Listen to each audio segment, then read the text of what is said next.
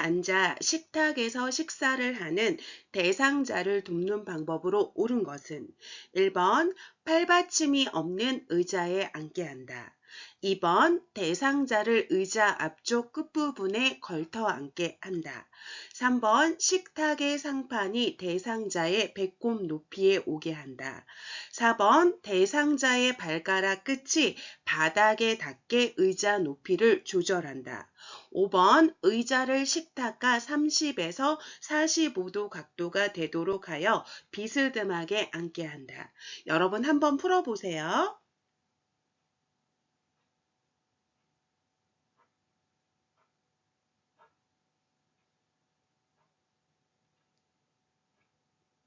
그러면 우리 같이 풀어볼까요, 여러분? 지금 의자에 앉아가지고 식탁에서 식사를 하는 대상자를 돕는 방법으로 옳은 거예요. 그럼 우리 의자는 팔받침도 있고 등받이도 있는 의자에 앉게 하는 게 좋겠죠, 여러분? 다음에 2번에 보시면 이렇게 의자가 있으면 의자 이 앞쪽에 걸터 앉는 게 아니라 이렇게 의자에 깊숙이 앉게 하는 게 좋은 거고요.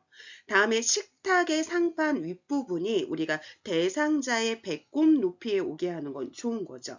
다음에 대상자가 이렇게 앉았을 때 발바닥이 우리 발바닥이 바닥에 닿게끔 발이 바닥에 닿게끔 하는 거지 발가락 끝이 아니라 발 전체 바닥이 바닥에 닿게끔 이렇게 의자 높이를 조절하는 거니까 틀렸고요. 다음에 이 의자는 식탁 안으로 들어가서 앉아야죠. 의자랑 식탁이 30에서 45도 각도가 아니라 의자가 식탁 안으로 들어가게 앉아서 식사를 해야 되는 거죠. 그러니까 36번의 답은 3번이라고 보시면 되겠습니다. 다음은 37번 문제 풀어보도록 하겠습니다. 연하곤란이 있는 대상자에게 음식을 제공할 때 사례를 예방하는 방법으로 옳은 것은 1번 대화하면서 음식을 제공한다. 2번 국물이 많은 음식을 제공한다. 3번 식사 전에 입안을 물로 축이게 한다. 4번 다양한 향신료를 넣은 음식을 제공한다. 5번 상체를 높이고 턱을 든 자세를 취하게 한다. 여러분 한번 풀어보세요.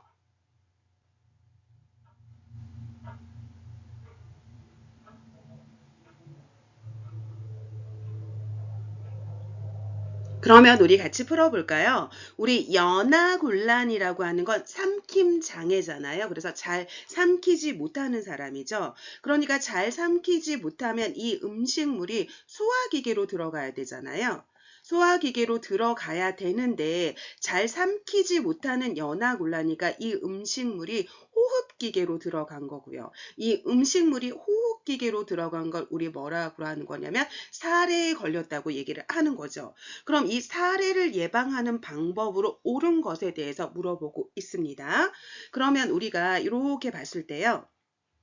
이렇게 대상자가 있으면 여기가 지금 인두고요. 그 다음에 여기가 이렇게 후두고 이렇게 기관이 있고 이렇게 폐가 있고 여기 바로 호흡기계거든요. 이게 지금 호흡기계입니다, 여러분. 그러면 우리 음식이 호흡기계로 들어가면 안 되는 거잖아요. 그럼 이럴 때 이 호흡기계에 여기 호흡기계 이쪽 부분에 뭐가 있냐면 성대가 있거든요. 그럼 우리가 말을 하게 되면 이 호흡기계에 성대가 있기 때문에 말을 하면 이 호흡기계 버튼이 딱 눌러지는 거예요. 그럼 우리가 진공청소기 버튼을 누르면 먼지가 싹 하고 이렇게 흡입돼 돼서 들어오잖아요. 그럼 내가 이 성대 말하게 되면 호흡기계 버튼이 눌러지면서 이렇게 음식물이 이렇게 호흡기계로 쫙 빨려들어서 사례가 걸리거든요. 그렇기 때문에 대화하면서 말하면서 음식을 제공하는 거 아니고요. 다음에 입안이 건조하면 음식을 삼키기 어렵겠죠.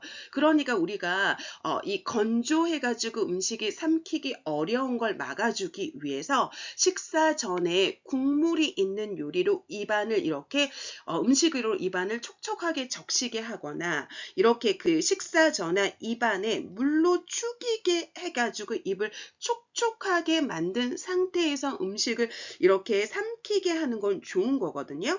그런데 국물이 있는 요리를 이렇게 음식을 갖다가 제공을 하는 거지 국물이 많은 음식을 제공하는 건 아니고요. 다양한 향신료를 넣어서 음식을 제공하는 거 아니고요. 다음에 우리가 대상자는 앉아서 식사하는 게 좋으니까 앉아서 식사할 수 없을 때는 침대 머리 부분을 올려서 상체를 높이고 식사하는 건 좋은데 턱을 든 자세에서 식사를 하는 게 아니죠. 여러분 여기가 바로 식도고 그 다음에 여기 밑에 이렇게 위가 이렇게 있는 거거든요. 그럼 여러분 보세요. 여기 앞부분이 호흡기계고요.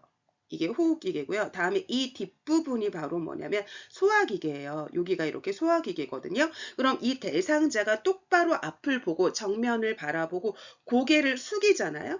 그럼 이 고개를 숙이면 이 호흡기계가 이렇게 쫙 꺾어지면서 음식이 호흡기계로 안 들어가요. 그렇기 때문에 고개를 숙이고 턱을 당긴 자세로 식사를 해야 되는 거죠. 그러니까 37번의 답은 3번이라고 보시면 되겠습니다. 다음은 38번 문제 풀어보도록 하겠습니다. 대상자의 약물 복용을 돕는 방법으로 옳은 것은 1번 알약은 약병 안에 손가락을 넣어 꺼낸다. 2번 캡슐 약은 캡슐을 제거한 후 복용하게 한다. 3번 가루 약은 약을 입에 먼저 넣고 물을 마시게 한다. 4번 약병 가장자리에 묻은 물약은 손가락으로 닦아낸다. 물약은 계량컵 높이로 들고 처방된 양만큼 따른다. 여러분 한번 풀어보세요.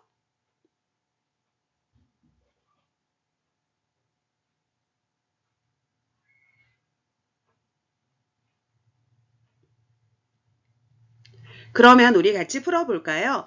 약물을 복용을 돕는 방법으로 옳은 것이잖아요. 그럼 이 알약은 일단 약 뚜껑 있죠? 이 약 뚜껑의 약을 따르는 거고요. 그 다음에 이렇게 손가락으로 꺼내는 거죠, 여러분. 그러니까 약병 안이 아니라 약 뚜껑의 약을 먼저 옮겨 담아야 되는 거고요. 다음에 모든 약은 약국에서 가져온 그대로 처방받은 대로 드시는 게 가장 좋은 거고요. 이렇게 약에 이렇게 분할선이 있는 경우에는 쪼개도 되지만 이렇게 분할선이 있지 않은 약은 절대 쪼개서도 안 되고 가루로 만들어서도 안 되고 캡슐을 제거해서도 안 되거든요. 다음에 이 가루약 같은 경우에는 우리가 마른 숟가락 있죠. 이 마른 숟가락에 가루약을 놓고 그 다음에 이렇게 물로 섞어가지고 이렇게 먹거나 아니면 우리 주사침을 제거한 무침 주사기 있잖아요. 이런 이 무침 주사기를 이용해서 이렇게 약을 먹이는 거거든요. 그러니까 가루약을 먼저 입에 넣는 게 아니라 숟가락이나 무침 주사기를 이용하는 거고요. 다음에 약병 가장자리에 묻은 물약은 닦아내는 건 맞는데 손가락으로 닦아내는 게 아니라 멸균솜으로 닦아내야겠죠, 여러분? 멸균솜으로 닦아내야 되는 거고요. 다음에 물약은 계량컵을 눈높이로 들고 이렇게 따라야겠죠. 그리고 처방된 양만큼 따르는 건 맞는 거죠. 그러니까 38번의 답은 5번으로 보시면 되겠습니다. 다음은 39번 문제 풀어보도록 하겠습니다. 다음 그림에서 대상자에게 안녕고를 투여하는 위치와 방향으로 옳은 것은? 여러분 한번 풀어보세요.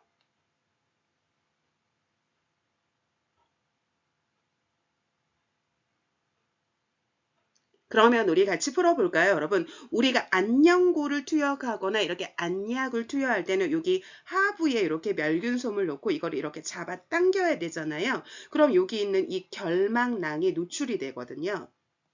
여기 있는 하부 결막낭이 노출이 되게 되죠, 여러분.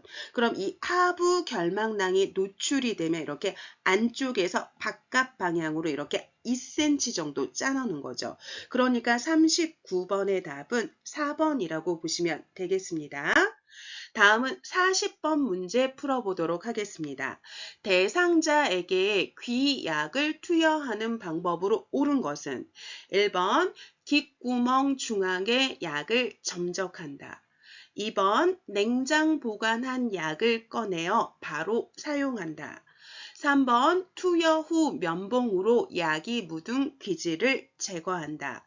4번 귓바퀴를 후 하방으로 잡아당겨 약을 투여한다. 5번 투여 직후 점적한 쪽 귀를 위로 하여 5분간 누워 있게 한다. 여러분 한번 풀어보세요.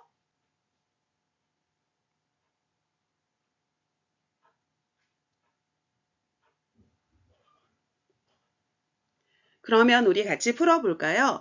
귀약을 투여하는 방법으로 옳은 거잖아요. 그럼 귓구멍 중앙에 약을 투여하는 게 점적하는 게 아니라요. 위 귀약은 귀에 이렇게 측면을 따라 흐르도록 해야 되는 거고요. 다음에 이건 냉장 보관하면 안 되고요. 이 귀약 있잖아요. 이 귀약이라던가 이 눈약 있죠? 이 눈약은 우리가 상온에 그늘진 장소 있죠. 이 그늘진 장소에 보관을 해야 되는 거지 냉장 보관하는 거 아니고요. 다음에 투여 후가 아니라 투여 전에 면봉으로 우리가 이렇게 귀 입구라던가 이런 귀바퀴 있잖아요. 여기를 닦아내는 건 맞거든요. 그런데 귀지를 제거한다는 표현이 있으면 안 됩니다, 여러분. 이 귀지를 제거한다는 표현은 틀린 거예요. 왜냐하면 귀지는 의료기관에서 제거를 하는 거고요. 그런데 이 귀지를 닦아낸다는 표현은 맞거든요. 그런데 이 닦아낸다도 두 가지예요, 여러분. 귀 입구의 기주를 닦아내는 건 맞는데 이 귀 안쪽의 기주를 닦아낸다고 하는 건 틀린 표현이거든요. 그러니까 틀렸고요. 다음에 이렇게 귀가 있잖아요. 귀가 있으면 노인 같은 경우에는 이렇게 후 상방으로 잡아당기고 귀약을 점적을 해야 되는 거고요. 아동 같은 경우에 이렇게 후 하방으로 잡아당기고 이렇게 귀약을 점적하는 거거든요. 그러니까 여기는 후 하방이 아니라 후 상방으로 잡아당기고 약을 투여해야 되는 거고요. 다음에 이렇게 약을 투여하려면 이렇게 그 투여할 부위가 위로 하게 해가지고 약을 투여하는 거잖아요. 그러면 투여할 위가 위쪽으로 하게 해서 오게 해서 약을 투여하고 그리고 난 다음에 투여하고 난 다음에 바로 일어나면 이 약물이 밖에 흐르잖아요. 그러니까 5분간 누워 있도록 해가지고 이 약물이 밖으로 흐르지 않도록 하는 건 좋은 거죠. 그러니까 40번의 답은 5번이라고 보시면 되겠습니다. 다음은 41번 문제 풀어보도록 하겠습니다. 대상자의 침상 배설을 돕는 방법으로 옳은 것은 1번 대변을 돕기 위해 복부 마사지를 한다. 2번 활동을 제한하여 배뇨 횟수를 조절한다. 3번 배설 후에 물수건으로 닦은 즉시 옷을 입힌다. 4번 혈뇨를 본 경우 대상자에게 확인시킨 후 버린다. 5번 침상 발치를 올려 배변하기 쉬운 자세가 되게 한다. 여러분 한번 풀어보세요.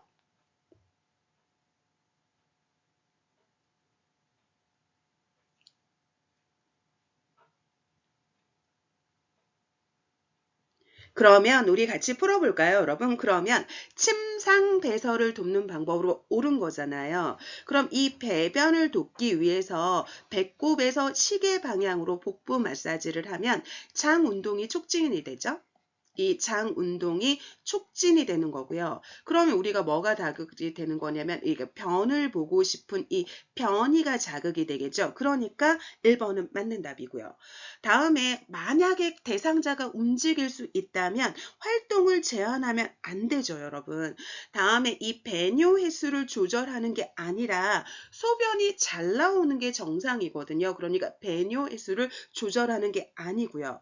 다음에 배설 후에 물수건으로 닦은 후 즉시 옷을 입히는 게 아니라 그러면 우리가 젖은 상태가 유지되기 때문에 욕창 발생의 우려가 있잖아요. 그러니까 이 물수건으로 닦았으면 마른 수건으로 닦고 그 다음에 이렇게 옷을 입혀야 되는 거고요. 다음에 우리가 혈뇨를 봤습니다, 여러분. 그럼 이 혈뇨를 보는 건 정상이 아니라 지금 이상 상태인 거잖아요. 그럼 이 이상 상태일 때는 우리가 시설장이나 간호사한테 보고하는데요. 대신 이 시설장이나 간호사가 이 혈뇨 상태를 보게끔 해야 되는 거니까 이 혈뇨를 버리지 않고 시설장이나 간호사한테 보고하고 시설장이나 간호사가 확인하게 해야겠죠. 그러니까 대상자에게 확인시키는 게 아니라 시설장이나 간호사에게 확인시켜야 되는 거고요. 다음에 우리가 배변하기 쉬운 자세가 되게 하려면 배에 힘을 주기 쉬운 자세가 되려면 상체가 올려져 있어야 되거든요. 그러니까 침상 발치가 아니라 침상 머리를 올려줘서 이렇게 상체를 올려줘서 배에 힘을 주기 쉬운 자세가 해야 되는 거거든요. 그러니까 41번의 답은 1번입니다. 다음은 42번 문제 풀어보도록 하겠습니다. 화장실 이용을 돕기 위해 누워있는 대상자를 일으킨 후에 잠시 앉아있게 하는 이유는 1번 혈압이 저하되어 어지러울 수 있으므로 2번 호흡수가 증가하여 숨이 찰 수 있으므로 3번 체온이 상승하여 식은땀이 날 수 있으므로 4번 맥박이 감소되어 가슴이 아플 수 있으므로 5번 복압이 상승하여 요실금을 유발할 수 있으므로 여러분 한번 풀어보세요.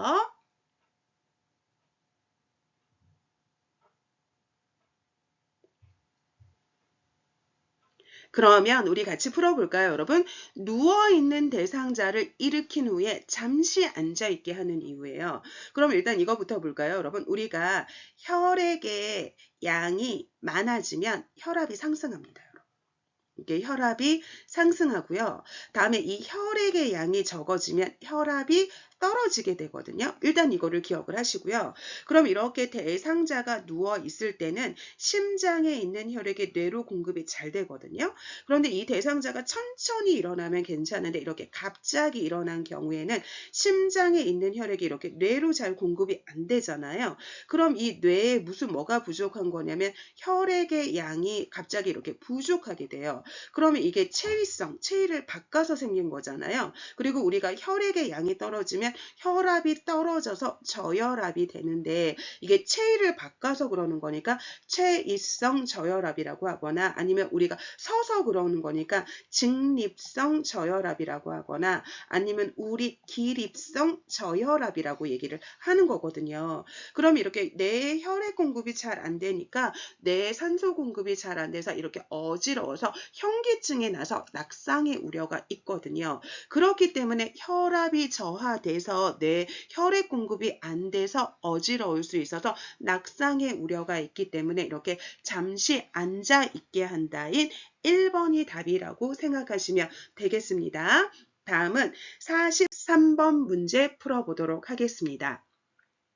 간이병기를 사용하여 배설하는 대상자를 돕는 방법으로 옳은 것은 1번 간이병기 사용 직후에 기저귀를 채워준다. 2번 간이병기 옆에 미끄럼 방지 매트를 깔아준다. 3번 둔부 밑에 방수포를 깐 후에 간이병기를 대어준다. 4번 바지를 내린 후에 허리 아래쪽에 무릎 덮개를 덮어준다. 5번 간이병기를 침대 난간과 90도가 되게 놓은 후 대상자를 앉힌다. 여러분 한번 풀어보세요.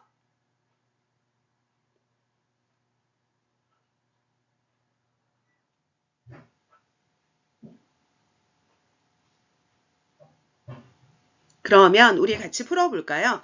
간이병기를 사용한다는 건 지금 무슨 배설을 하겠다는 거냐면 침상 배설을 하겠다는 거죠, 여러분. 그럼 이 침상 배설을 하는 대상자를 돕는 방법인 거잖아요. 그럼 우리 간이병기를 사용했는데 기저귀를 채워줄 필요는 없죠, 여러분. 우리 기저귀는 가능한 최후의 선택을 해야 되는 거죠. 왜냐하면 기저귀를 사용하게 되면 기저귀에 의존하게 돼서 이 배설 기능이 없어지게 되거든요. 남아있는 잔존 능력을 유지하기 위해서 기저귀는 가장 최후에 선택해야 되는 거고요. 다음에 미끄럼 방지 매트를 깔아주는 건 이거는 바로 뭐냐면 간이변기가 아니라 이동변기죠. 그럼 이 이동변기가 플라스틱으로 되어 있어서 이게 막 움직인단 말이에요. 그렇기 때문에 이 이동변기 밑에 미끄럼 방지 매트를 깔아줘서 안정적으로 고정되게 해주는 거고요. 다음에 침상에 누워서 이렇게 배설을 하는 사람이니까 둔부 밑에 방수포를 깔고 그 다음에 간이변기를 데워주는 거 맞는 거고요. 다음에 이렇게 침상에 누워가지고 있는 사람이기 때문에 우리가 무릎 덮개를 먼저 덮고 그 다음에 이렇게 허리 아래쪽에 무릎 덮개를 덮고 그 다음에 바지를 내려야 되는 거고요. 다음에 지금 침상에 누워가지고 엉덩이 밑에 지금 간이변기를 대주는 거예요. 그렇기 때문에 뭐 침대 난간과 90도가 되게 하는 게 아니고 우리가 이동변기 같은 경우에는 이렇게 침대가 있으면 침대랑 이렇게 바짝 붙이거나 아니면 침대랑 이렇게 30에서 45도 각도가 되게 하는 거잖아요. 그건 이동변기죠, 여러분. 근데 간이변기는 침상에 누워가지고 침상 배설을 하는 거예요. 그러니까 43번의 답은 3번이라고 보시면 되겠습니다. 다음은 44번 문제 풀어보도록 하겠습니다. 유치도뇨간을 삽입하고 있는 대상자에게 요로 감염이 발생할 수 있는 상황은 1번 매일 충분한 수분을 섭취하고 있다. 2번 소변 주머니가 방광보다 높게 위치해 있다.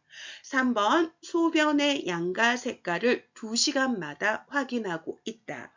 4번 소변 주머니가 침대 매트리스 아래쪽에 고정되어 있다. 5번 소변 주머니를 비운 후 배출구를 잠그고 알콜솜으로 닦고 있다. 여러분 한번 풀어보세요.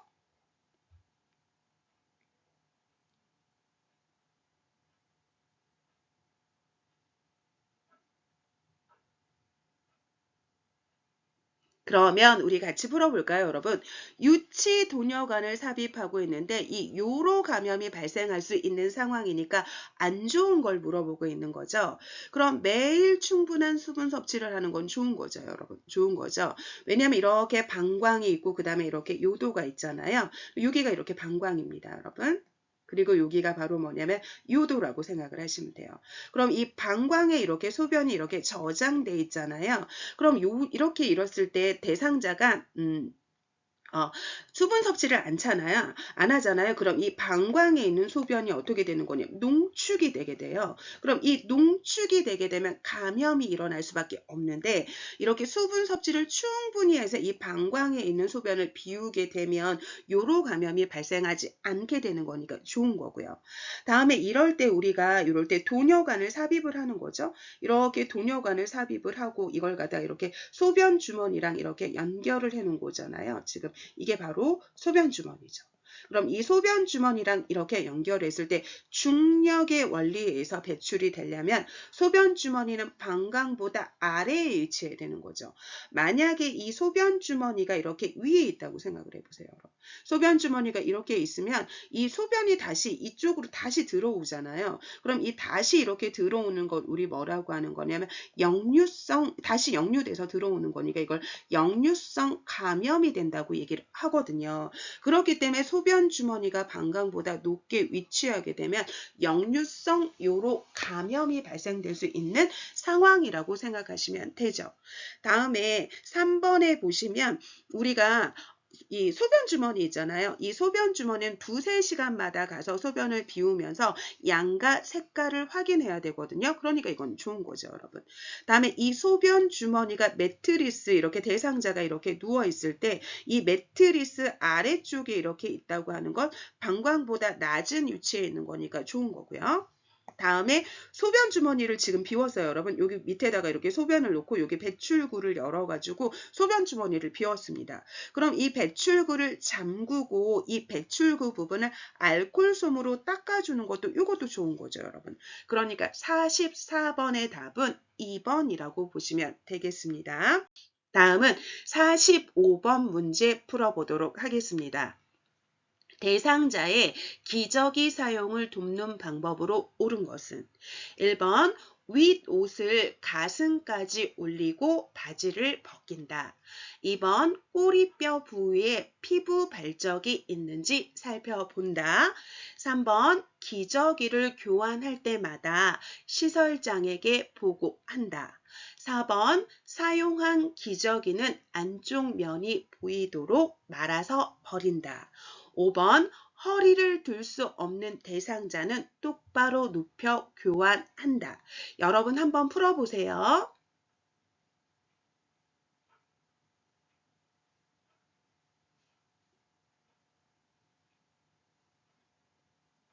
그러면 우리 같이 풀어볼까요, 여러분? 기저귀 사용을 돕는 거잖아요. 그럼 우리가 대상자가 이렇게 누워있는 상태에서 기저귀 사용을 도우면 이게 윗옷을 가슴 위까지 올릴 필요는 없고요. 허리 위까지만 올리면 되거든요. 이 가슴 위까지 올릴 필요는 없죠, 여러분이. 허리 위까지만 올리고 바지를 벗기면 되는 거고요. 다음에 이 꼬리뼈 부위가 바로 뭐냐면 엉덩이 부위잖아요. 그럼 이 엉덩이 부위에 피부 발적이 있는지 살펴봐야겠죠, 여러분. 이 피부 발적이 있는 건 지금 몇 단계 욕창이냐면 이 1단계 욕창이 있는지 살펴보는 거잖아요. 그러니까 답은 몇 번이냐면 2번이고요. 다음에 기저귀를 교환할 때마다 보고를 하는 게 아니라 우리가 정상이면 보고하지 않는 거고 이상 상태일 때만 보고를 하는 거고요. 다음에 이렇게 기저귀가 있습니다, 여러분. 기저귀가 있으면 여기가 기저귀 안쪽이잖아요. 그럼 이 기저귀 안쪽에 오물이 있는 거거든요. 그러니까 우리가 기저귀는 이 기저귀에 오물이 있는 면이 아니라 기저귀에 오물이 안 보이는 이 바깥면 있잖아요. 오물이 안 보이는 바깥면이 보이도록 말아서 버려야 되고요. 다음에 대상자가 허리를 들 수 있다면 이렇게 무릎을 세우고 그 다음에 엉덩이를 들어서 하는 건데 허리를 들 수 없는 대상자를 옆으로 눕혀가지고 기저귀를 교환해야 되죠. 그러니까 45번의 답은 2번이라고 보시면 되겠습니다. 다음은 46번 문제 풀어보도록 하겠습니다. 대상자의 칫솔질을 돕는 방법으로 옳은 것은 1번 잇몸에서 치아 쪽으로 닦는다. 2번 머리를 뒤로 젖히고 칫솔질을 한다. 3번 치약은 칫솔모 위에 두툼하게 올린다. 4번 앞니는 칫솔모와 90도가 되게 해서 닦는다. 5번 치약의 청량감이 유지되도록 입안을 물로 한 번만 헹군다. 여러분 한번 풀어보세요.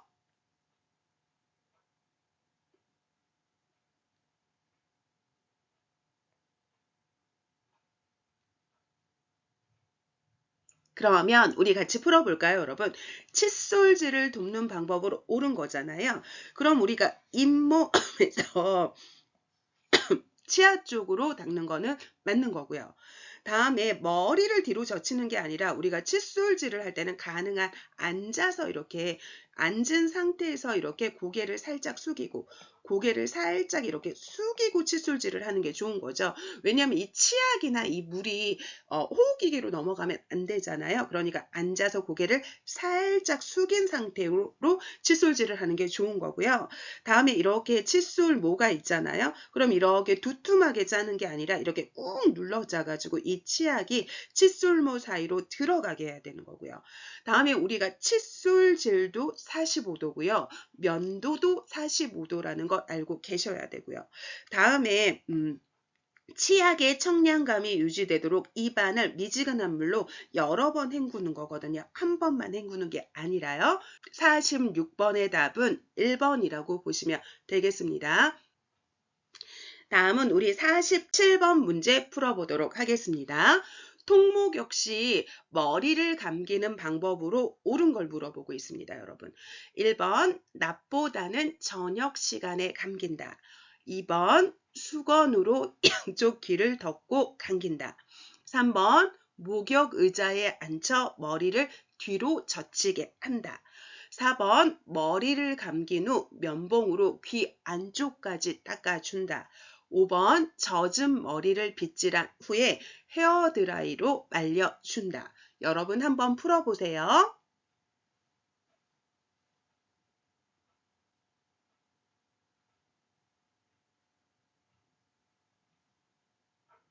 그러면 우리 같이 풀어볼까요, 여러분?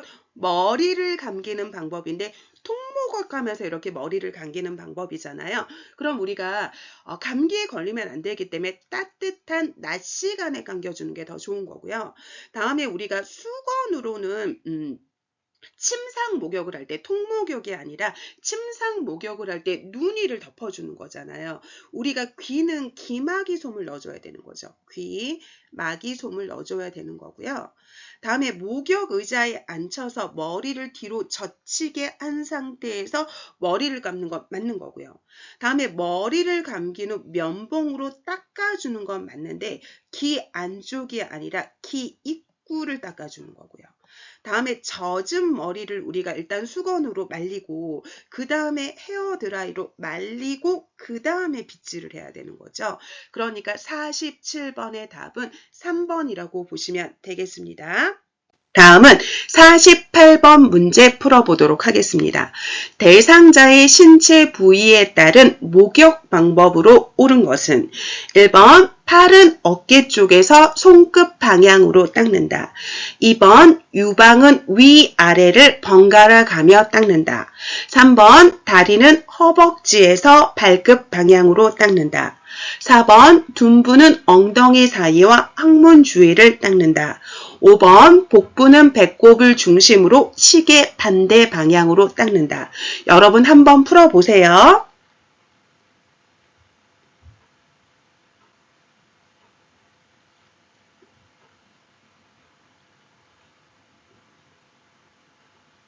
여러분 그러면 우리 같이 풀어볼까요?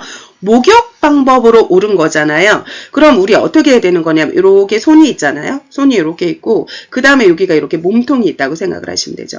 여기가 몸통이에요, 여러분. 이 몸통을 우리 뭐라고 하는 거냐면 중심이라고 얘기를 하고요. 다음에 이 손끝을 뭐라고 하는 거냐면 우리가 말초라고 얘기를 하거든요. 말초. 그 다음에 여기 있는 이 발도 발가락 끝도 뭐라고 하는 거냐면 말초라고 하는 거거든요. 그럼 우리가 목욕을 할 때 이 말초에서 중심 방향으로 이 말초에서 중심 방향으로 닦아야 되는 거거든요. 그러니까 우리가 손끝에서 어깨 방향으로 닦아야 되는 거고요. 다음에 이렇게 유방이 있으면 이렇게 원을 그리듯이 닦아야 되는 거거든요. 유방은. 그러니까 틀렸고요. 다음에 다리는 발끝에서 이 말초에서 허벅지 방향으로 닦아주는 건 맞는 거고요. 그죠? 이 허벅지에서 발끝 아니죠, 여러분. 발끝에서 허벅지 방향이지 허벅지에서 이 발끝 방향이 아닌 거죠. 그래서 어떻게 닦아줘야 되는 거냐면 이 발끝에서 허벅지 방향으로 이 말초에서 중심 방향으로 닦아줘야 되니까 틀렸고요. 다음에 둔부는 엉덩이잖아요. 그러니까 이 엉덩이 사이와 항문 주위를 닦아주는 건 맞는 거죠. 다음에 복부는 배꼽을 중심으로 시계 방향으로 닦아서 장 운동을 촉진시켜서 변이를 자극해줘야 되는 거죠. 그러니까 48번의 답은 4번이라고 보시면 되겠습니다. 다음은 49번 문제 풀어보도록 하겠습니다. 침상에서 세수하는 대상자를 돕는 방법으로 옳은 것은 1번 대상자를 똑바로 눕힌다. 2번 목, 귀, 눈, 코 순으로 닦는다. 3번 코 밖으로 나와 있는 코털을 잘라준다. 4번 입술과 그 주변을 알코올 솜으로 닦아낸다. 5번 수건에 비누를 묻혀 눈의 안쪽에서 바깥으로 닦아준다. 여러분 한번 풀어보세요.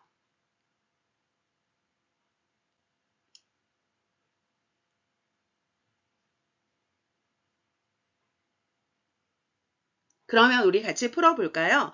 침상에서 세수를 하는 방법으로 옳은 거잖아요. 그럼 우리 세수를 할 때는 똑바로 누워서 하는 게 아니라 가능한 대상자를 앉아서 하는 게 좋은 거고요. 앉을 수 없을 때는 침대 상부를 올려주는 게 좋은 거죠. 다음에 이렇게 세수를 할 때는 눈을 먼저 닦아주고요. 그 다음에 이렇게 코를 닦아주고요. 그 다음에 이렇게 뺨을 닦아주는 거고요. 다음에 이렇게 입주위를 닦아주는 거고요. 그 다음에 이마를 닦아주고요. 그 다음에 뭐를 닦아주는 거냐면 귀를 닦아주고 그 다음에 이렇게 목을 닦아주는 거거든요. 그러니까 눈을 먼저 닦아줘야 되는 거니까 틀렸죠. 다음에 코 밖으로 나와 있는 코털은 잘라주는 거 맞고요. 다음에 입술과 그 주변은 우리가 수건에다가 수건에다가 이렇게 물과 이렇게 비누 있잖아요. 물과 비누를 묻혀가지고 이렇게 닦아주는 거고요. 다음에 여러분 눈은 안쪽에서 바깥쪽으로 닦아주는 거 맞는데요. 눈은 비누를 묻히면 안 되죠, 여러분. 그러니까 49번의 답은 3번으로 보시면 되겠습니다. 다음은 50번 풀어보도록 하겠습니다. 오른쪽 편마비 대상자의 티셔츠를 입히는 방법으로 옳은 거예요. 그럼 이거는 여러분 이걸 외우시면 되거든요. 여러분 첫 번째는 뭐냐면 제가 이 원칙을 외우시면 돼요. 여러분 뭐냐면 건강한 다리로 올라가는 거예요. 건강한 다리로 올라가는 거고요. 그 다음에 우리 뭐냐면 이렇게 불편한 다리로 내려간다고 생각을 하시면 되거든요. 불편한 다리로 내려가는 거예요. 그러면 보세요, 여러분. 이럴 때 올라갈 때는 이렇게 건강한 다리부터 올라가는 거고요. 내려갈 때는 불편한 다리부터 내려가는 건데 이거 어차피 지팡이 할 때 외우셔야 되거든요. 이거 외우시고 난 다음에 이렇게 어떻게 외우시면 되냐면 우리가 입었던 옷을 벗어야지 그 다음에 새로운 옷을 입겠죠. 그래서 이걸 벗고 입구라고 외우시면 돼요. 그럼 이 벗고 입구니까 벗을 때는 건강한 쪽부터 벗는 거고요. 입을 때는 불편한 쪽부터 입는다고 생각하시면 되고요. 다음에 두 번째는 이 머리가 들어가거나 아니면 우리가 이 수액 주머니가 들어가잖아요. 그럼 이 머리랑 수액 주머니 무조건 중앙에 간다고 생각을 하시면 되거든요. 앞에 가서도 안 되고 끝에 가서도 안 되고 무조건 중앙에 간다고 생각하시면 돼요. 그럼 여러분 여기서 문제 푸는 요령을 얘기를 하면 머리는 무조건 이 중앙에 간다 그랬잖아요. 그러니까 머리가 중앙에 가 있는 건 몇 번밖에 없냐면 1번이나 4번밖에 없죠. 그런데 지금 입히는 순서니까 입을 때는 불편한 쪽부터 입히는 거잖아요. 그럼 이 오른쪽 편마비니까 불편한 이 오른쪽부터 입혀야 되는 거거든요. 그러니까 50번의 답은 1번이라고 보시면 되고요. 이거 두 가지만 외우시면 돼요, 여러분. 건강한 다리로 올라간다, 불편한 다리로 내려간다, 벗고 입고. 그리고 머리랑 수액 주머니는 앞에 와서도 안 되고 뒤에 와서도 안 되고 무조건 중앙 가운데 간다고 생각하시면 됩니다. 다음은 우리 51번 문제 풀어보도록 하겠습니다. 다음 그림과 같이 휠체어를 자동차 트렁크로 옮기는 방법으로 옳은 것은 1번 신속하고 빠르게 들어 올린다. 2번 팔을 앞으로 뻗어 들어 올린다. 3번 다리를 모아 지지면을 좁혀 들어 올린다. 4번 허리는 펴고 무릎을 굽혔다 펴면서 들어 올린다. 5번 발을 움직이지 않고 허리를 회전하여 들어 올린다. 여러분 한번 풀어보세요.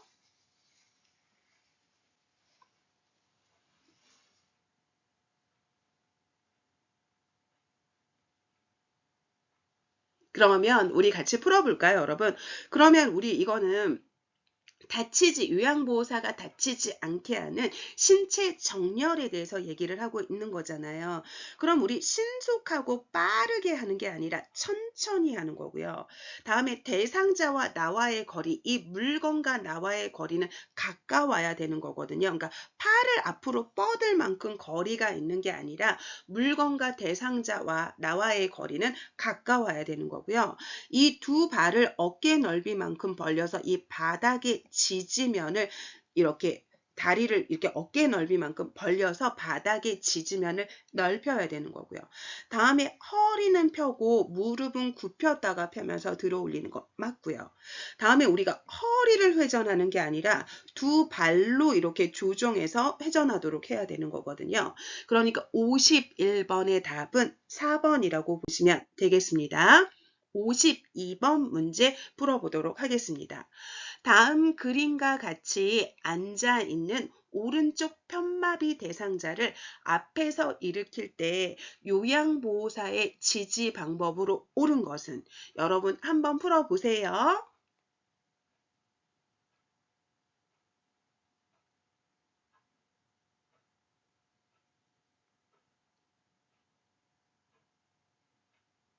그러면 우리 같이 풀어볼까요, 여러분? 이렇게 대상자를 일으킬 때 요양보호사가 앞에서, 대상자 앞에서 지지한대요. 그럼 대상자가 앞에서 지지할 때 요양보호사는 두 곳을 지지해 줘야 되거든요. 한 곳은 이렇게 허리를 지지해 줘야 되는 거고요. 다음에 두 번째는 요양보호사의 무릎으로 이 대상자의 마비된 무릎 있죠. 이 마비된 무릎을 지지를 해줘야 되는 거거든요. 그러면 여러분 여기가 오른쪽 편마비니까 이 오른쪽 무릎을 지지를 해줘야 돼요. 그럼 오른쪽 무릎이잖아요. 그런데 1번은 대상자의 왼쪽 무릎이니까 안 되고요. 다음에 2번에 보시면 대상자의 이 오른쪽 무릎도 지지해줬고 허리도 지지해줬으니까 2번 맞죠, 여러분?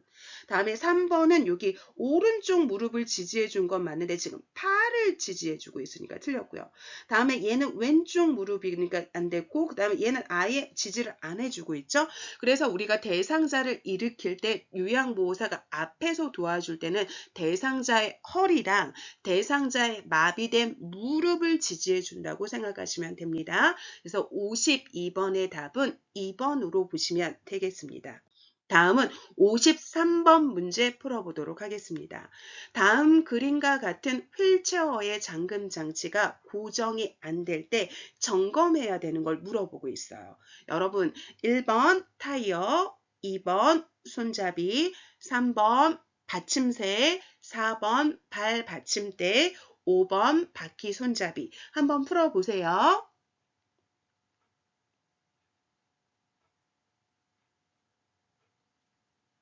그러면 우리 한번 풀어볼까요, 여러분? 이 타이어 뒷바퀴 있잖아요. 이 타이어 뒷바퀴 앞이 이렇게 흐물흐물 거리잖아요. 얘가 흐물흐물 거리잖아요. 그럼 이게 바퀴가 잘 안 나가요. 바퀴가 잘 안 나가고 그 다음에 잠금 장치도 잘 들지 않습니다. 다음에 이게 뒷바퀴 이 타이어 바퀴압이 너무 팽팽하잖아요. 그럼 이렇게 뭐를 하는 건지 진동 흡수를 하지 못한다고 생각을 하시면 되거든요. 그럼 다시 봅시다, 여러분. 타이어 뒷바퀴압이 흐물거리면 잘 안 나가고 잠금 장치도 안 먹는 거고요. 타이어 뒷바퀴 공기압이 팽팽하면 진동 흡수를 못하는 거예요. 그래서 얘가 엄지손가락으로 눌렀을 때 한 0.5cm 정도 들어가는 정도가 딱 적당한 정도라고 생각하시면 되거든요. 그럼 이 잠금 장치가 안 될 때는 지금 이 뒷 타이어 바퀴압이 흐물거린다고 하는 거거든요. 그러니까 여기서 지금 이 잠금 장치가 안 될 때 점검해야 되는 건 이 타이어라고 생각을 하시면 되죠. 그러니까 53번의 답은 1번이라고 보시면 되겠습니다. 다음은 54번 문제 풀어보도록 하겠습니다. 편마비 대상자를 바닥에서 휠체어로 옮기는 순서로 옳은 것은 가번 대상자 가까이에 휠체어를 놓고 잠금 장치를 잠근다.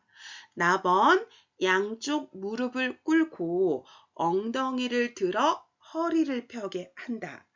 다번 건강한 쪽 손으로 휠체어의 팔걸이를 잡게 한다.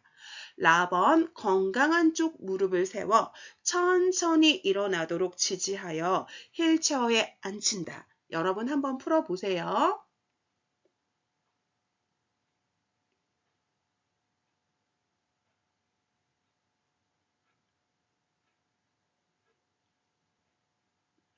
그러면 우리 같이 풀어볼까요, 여러분? 편마비 대상자를 바닥에서 휠체어로 옮기는 순서로 옳은 거거든요. 그럼 이럴 때 여러분 문제 푸는 요령이 가장 먼저인 걸 찾으시면 돼요, 여러분. 그럼 이 바닥에서 휠체어로 옮기려면 일단 휠체어를 가져와야 되잖아요. 그러니까 대상자 가까이에 휠체어를 가져오는 게 요게 먼저이거든요. 그럼 가가 먼저인 건 얘밖에 없죠. 그러면 요것밖에 없는 거예요. 그럼 이 둘 중에 하나인 거죠. 그럼 이럴 때 뭐 엉덩이를 들어 허리를 펴게 한다, 팔걸이를 잡게 한다, 다음에 휠체어에 앉힌다. 지금 휠체어에 앉힌다가 이게 가장 마지막이잖아요. 그럼 이 라가 마지막으로 와야 되는 거거든요. 그러니까 얘는 보지 않아도 답이 몇 번이냐면 요거라고 생각을 하시면 되거든요. 그래서 여러분들이 이럴 때는 처음인 거랑 마지막을 찾으시면 꽤 도움이 된다고 생각을 하시면 되거든요.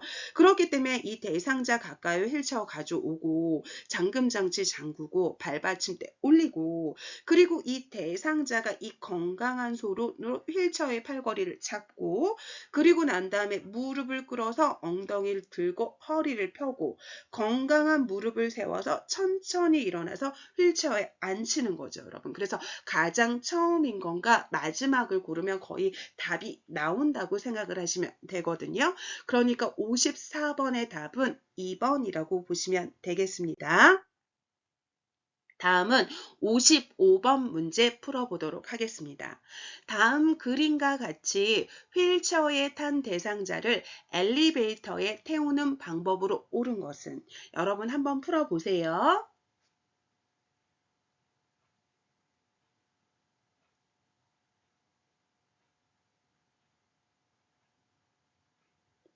그러면 우리 같이 풀어볼까요? 여러분, 우리 엘리베이터 탈 때는 어떻게 해야 되는 거냐면 여러분, 뒤로 들어가고요. 뒤로 들어가고 그 다음에 어떻게 해야 되는 거냐면 앞으로 나온다거든요. 앞으로 나온다예요. 그래서 이렇게 들어갈 때는 이렇게 들어가는 거고요. 나올 때는 이렇게 나오는 거거든요. 그러니까 2번에 지금 이렇게 뒤로 들어가고 있죠. 여러분. 태우는 방법이니까. 태우는 방법이잖아요. 그러니까 이렇게 들어가야 되는 거죠. 뒤로 들어가야 되니까 답은 2번이라고 보시면 되죠. 그래서 55번의 답은 2번입니다. 다음은 56번 문제 풀어보도록 하겠습니다. 노인 장기 요양보험급여 복지 용구 중에서 대여 품목에 해당되는 걸 물어보고 있어요. 1번 지팡이, 2번 수동침대, 3번 이동변기, 4번 목욕의자, 5번 성인용 보행기. 여러분 한번 풀어보세요.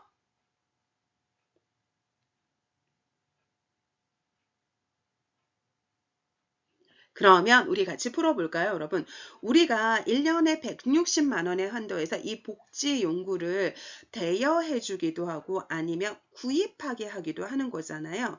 그럼 이걸 갖다가 우리 뭐라고 하는 거냐면 기타 재가급여라고 하잖아요. 기타 재가급여라고도 하고 이걸 갖다가 우리 또 뭐라고도 하는 거냐면 그 밖의 서비스라고도 하죠, 여러분. 이 그 밖의 서비스라고 한다는 것도 여러분 알고 계셔야 됩니다. 그럼 이럴 때 이 물품의 가격이 되게 비싸잖아요. 그럼 대여를 하는 거죠. 이 가격이 비싸면 대여를 하는 거고 이 가격이 저렴하면 구입을 하는 거거든요. 그럼 대여니까 가격이 비싼 걸 찾으시면 되죠. 그럼 이 중에서 지팡이, 수동침대, 이동변기, 목욕의자, 이 성인용 보행기에서 가장 가격이 비싼 건 이 수동침대겠죠, 여러분. 그러니까 답은 2번이고요. 다음은 57번. 대상자의 분비물을 처리하는 방법으로 옳은 것은? 1번 손소독제로 손을 닦고 분비물을 처리한다. 2번 가래가 묻은 오리털 이불은 햇볕에 말린다. 3번 배설이 묻은 의류는 구분하지 않고 세탁한다. 4번 분비물에 오염된 일회용 장갑은 씻어 말려 사용한다. 5번 혈액이 묻은 물품은 찬물로 씻어낸 후 더운 물로 헹군다. 여러분 한번 풀어보세요.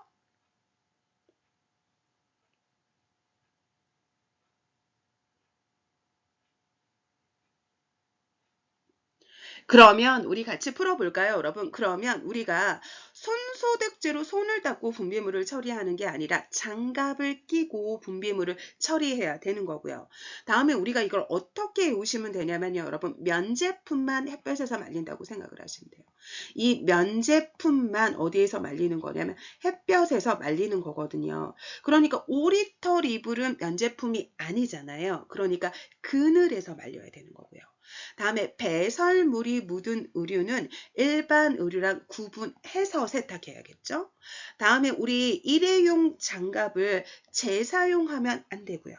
다음에 이 혈액은 더운 물하고 만나면 달라붙어 버리잖아요.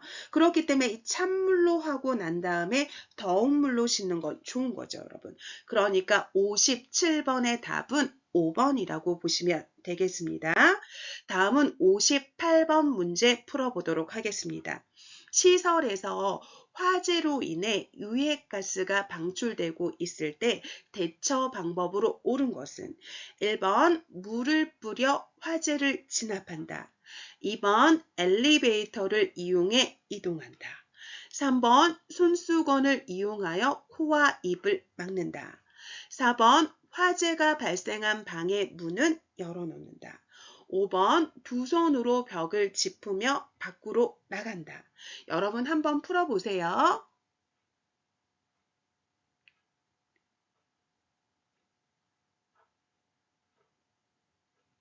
그러면 우리 같이 풀어볼까요? 화재로 인해서 유해가스가 방출되고 있대요. 그러면 이 화재가 있을 때는 어떻게 해야 되는 거냐면 일단 다른 거 볼까요, 여러분? 그러면 지금 유해가스가 방출되고 있는데 물을 뿌리는 거 아니고요. 다음에 엘리베이터, 화재가 발생을 하게 되면 전기가 차단되기 때문에 엘리베이터에 이게 하게 되면 갇히게 돼요. 그러니까 계단을 통해서 해야 되는 거고요. 다음에 손수건을 이용해서 코랑 입을 막아가지고 이 연기랑 유해가스가 폐로 들어가지 않게끔 하는 건 좋은 거고요. 다음에 화재가 발생한 쪽에 이 문은 닫아놔야 되는 거고요. 다음에 두 손으로 벽을 짚으면 우리가 방향감을 잃어가지고 이 더 화재가 난 쪽 안으로 깊숙이 들어갈 수 있거든요. 그렇기 때문에 한 손으로 벽을 짚으면서 밖으로 나가야 되는 겁니다. 그러니까 58번의 답은 3번으로 보시면 되겠습니다. 다음은 59번 문제 풀어보도록 하겠습니다. 대상자의 낙상을 예방하는 방법으로 옳은 것은 1번 통이 넓은 바지를 입힌다. 2번 복도 바닥을 왁스로 닦는다. 3번 하지 근력 강화 운동을 시킨다. 4번 취침 시 침대 난간을 내려 눕는다.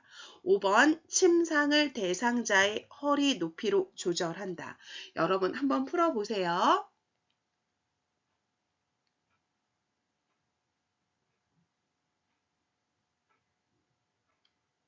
그러면 우리 같이 풀어볼까요? 낙상을 예방할 때 통이 넓은 바지를 입으면 그 통이 넓은 바지를 이렇게 걸어가다가 발에 이렇게 밟힐 수가 있어요. 그러면 그게 걸려서 넘어지게 되니까 안 되고요. 다음에 복도 바닥을 왁스로 칠하면 미끄러서 넘어지죠. 다음에 우리가 하지에 힘이 있어야지만 낙상하지 않거든요. 그렇기 때문에 하지 근력 강화 운동 시키는 건 좋은 거고요. 다음에 취침 시에 침대 난간은 올려야 되는 거고요. 다음에 우리가 대상자의 낙상을 예방하려면 가능한 침상을 낮은 높이로 해야 돼요. 이 낮은 높이로 하고 이 바닥에 이불 두 깔아 놓으면 좋거든요. 왜냐하면 혹여라도 낙상이 됐을 때 다치는 거를 조금 골절이라던가 이런 다치는 거 사고를 갖다가 조금이라도 줄여주기 위해서 침상의 높이를 낮춰주는 게 좋은 거지 허리 높이로 조절하는 거 아니죠. 그러니까 59번의 답은 3번이라고 보시면 되겠습니다. 60번 문제 풀어보도록 하겠습니다. 제가 대상자의 식재료를 관리할 때 식중독 발생 우려가 높은 경우는 1번 두부를 냉장 보관한다. 2번 조개류를 냉동 보관한다. 3번 냉동된 육류를 전자레인지로 해동시킨다. 4번 개봉 후 남은 생선 통조림은 랩을 씌워 냉장 보관한다. 5번 조리된 식품을 먹기 전에 뜨겁게 데운다. 여러분 한번 풀어보세요.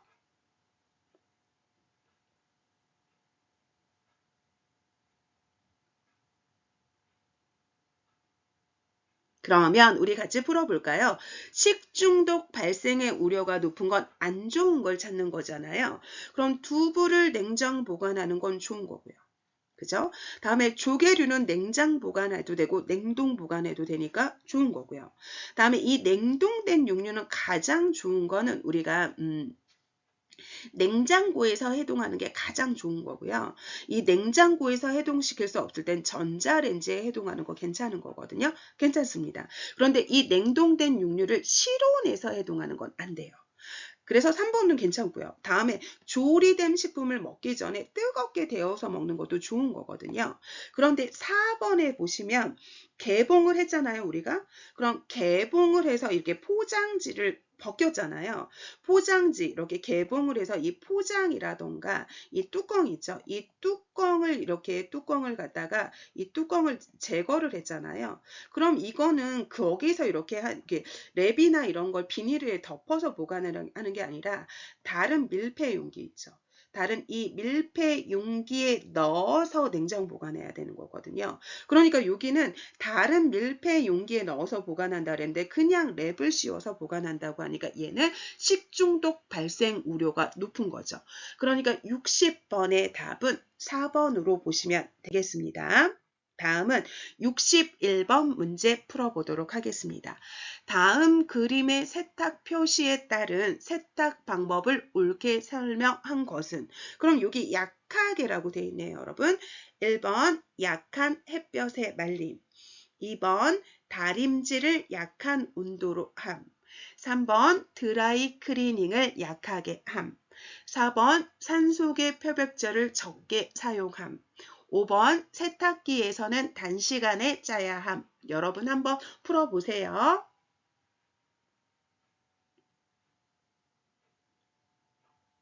그러면 우리 같이 풀어볼까요? 여러분 이 그림이 지금 비틀어 짜는 그림이잖아요. 그런데 여기 약하게라는 말이 있잖아요. 그럼 얘는 손으로 약하게 짜든지 손으로 약하게 짜라는 거죠. 짠다는 거고요. 다음에 두 번째에는 세탁기로 약하게 짜려면 단시간에 탈수를 해야지만 약하게 하는 거죠. 그죠? 탈수를 해야 되는 거죠. 그래서 여기는 세탁기에서 단시간 짜는 탈수를 해야 된다는 소리인 거죠. 그러니까 61번의 답은 5번으로 보시면 되겠습니다. 다음은 62번 문제 풀어보도록 하겠습니다. 제가 대상자의 관공서 방문을 대신해 주는 방법으로 옳은 것은? 1번 대상자의 서류 발급비를 기관장에게 청구한다. 2번 대상자의 협조가 필요한 부분은 사전에 협의한다. 3번 업무 대행 중 요양보호사의 사적 업무를 병행한다. 4번 동일한 관공서 업무가 있는 동료 요양보호사에게 부탁한다. 5번 업무 대행 결과에 불만족해하는 경우는 대상자가 스스로 처리하게 한다. 여러분 한번 풀어보세요.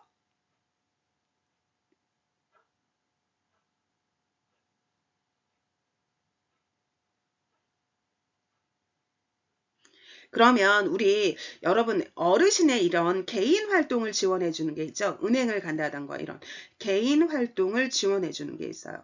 그럼 이 개인 활동 지원에는 어르신 상태가 괜찮으면 같이 동행을 하는 거고요. 다음에 어르신 상태가 안 좋으면 요양보호사 혼자 가는 대행을 한다고 생각을 하시면 되거든요. 그래서 개인활동 지원에는 같이 가는 동행이 있고 나 혼자 가는 대행이 있다고 생각하시면 되거든요. 근데 이 관공서 방문을 대신해 준다고 하니까 여기서는 뭐를 얘기를 하는 거냐면 대행에 대해서 얘기한다고 생각하시면 되죠. 그러면 대상자의 서류 발급비는 대상자에게 받아야지 기관장에게 받는 건 아니고요. 다음에 만약에 대상자가 협조가 필요한 부분이 있다. 그럼 사전에 어떻게 할지 협의를 하는 건 좋은 거죠, 여러분. 다음에 업무를 하고 있는 거잖아요. 지금 업무를 하고 있는데 요양보호사의 사적인 업무를 보면 안 되고요. 다음에 동료 요양보호사에게 부탁하는 게 아니라 자기 업무는 자기가 처리하는 거고요. 다음에 우리가 항상 동행을 하던 대행을 하던 이 후에 동행하고 난 다음에 대행하고 난 다음에 무슨 조사를 해야 되는 거냐면 만족도 조사를 해줘야 되거든요. 그런데 이 만족도 조사를 했을 때 결과에 불만족한다. 그럼 어떻게 해야 되는 거냐면 이게 상의해서 이렇게 처리하도록 해야 되는 거지 대상자 스스로 처리하게 하는 것 아닙니다. 그러니까 62번의 답은 2번으로 보시면 되겠습니다. 다음은 63번 문제 풀어보도록 하겠습니다. 치매 대상자의 식사를 돕는 방법으로 옳은 것은? 1번 사발보다는 접시를 사용한다. 2번 식사 장소는 매일 변화를 준다. 3번 턱받이보다는 앞치마를 하게 한다. 4번 물을 흘리면 뚜껑이 없는 컵을 사용한다. 5번 음식을 먹기 쉽도록 모두 섞어 제공한다. 여러분 한번 풀어보세요.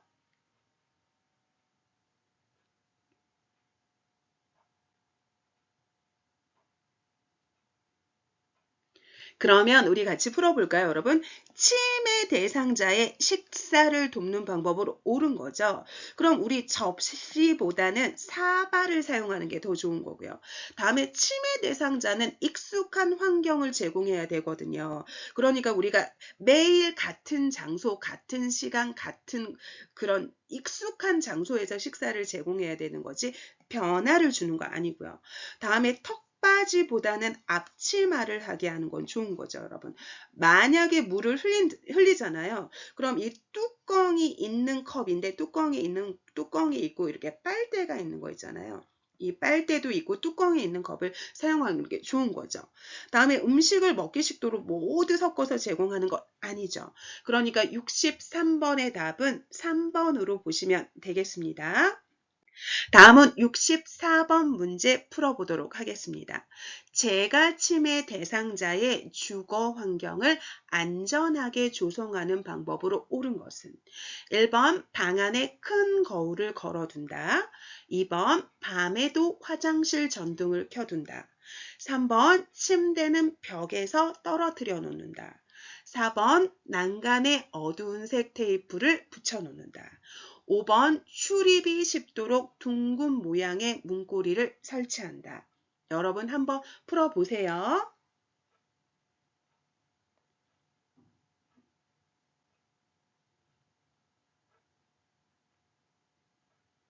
그러면 우리 같이 풀어볼까요, 여러분? 재가 치매 대상자를 안전하게 조성하는 방법으로 옳은 거잖아요. 그럼 우리 큰 거울을 걸어두면 안 되거든요, 여러분.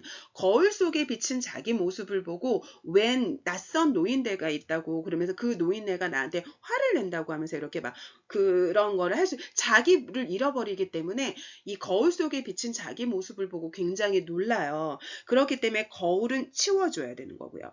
다음에 밤에도 이 화장실은 사고가 발생하기 쉽잖아요. 그렇기 때문에 우리가 사고가 발생하기 쉬운 이 화장실이라던가 계단이라던가 이런 복도 같은 경우에는 야간에도 전등을 켜두는 거 맞습니다, 여러분. 다음에 낙상을 방지하기 위해서 침대는 벽에서 떨어뜨려 놓으면 안 되고요. 다음에 이 난간에는 우리가 이 대비되는 색 있죠. 이 대비되는 색, 우리가 뭐 흰색, 검은색 이런 대비되는 색, 아니면 빨간색, 파란색 이렇게 대비되는 색으로 이 난간임을 딱 구분할 수 있도록 해야 되는 거거든요. 어두운 색이 아니라. 다음에 출입문은 이 둥근형의 문고리가 아니라 이 막대 형태의 문고리를 설치를 해야겠죠. 그러니까 64번의 답은 2번입니다. 다음은 65번 문제 풀어보도록 하겠습니다. 시설 침해 대상자가 다른 대상자들의 칫솔을 주머니에 숨기는 행동을 반복한대요. 이때 대처 방법으로 옳은 것은 1번 진행되고 있는 미술 프로그램에 참여시킨다. 2번 가족에게 칫솔을 사오게 하여 보상한다. 3번 칫솔을 모두 수거한 후에 방에 혼자 머물게 한다. 4번 다른 사람의 물건을 만지면 안 된다고 설명한다. 5번 일단 제지하고 그런 행동을 하는 이유를 물어본다. 여러분 한번 풀어보세요.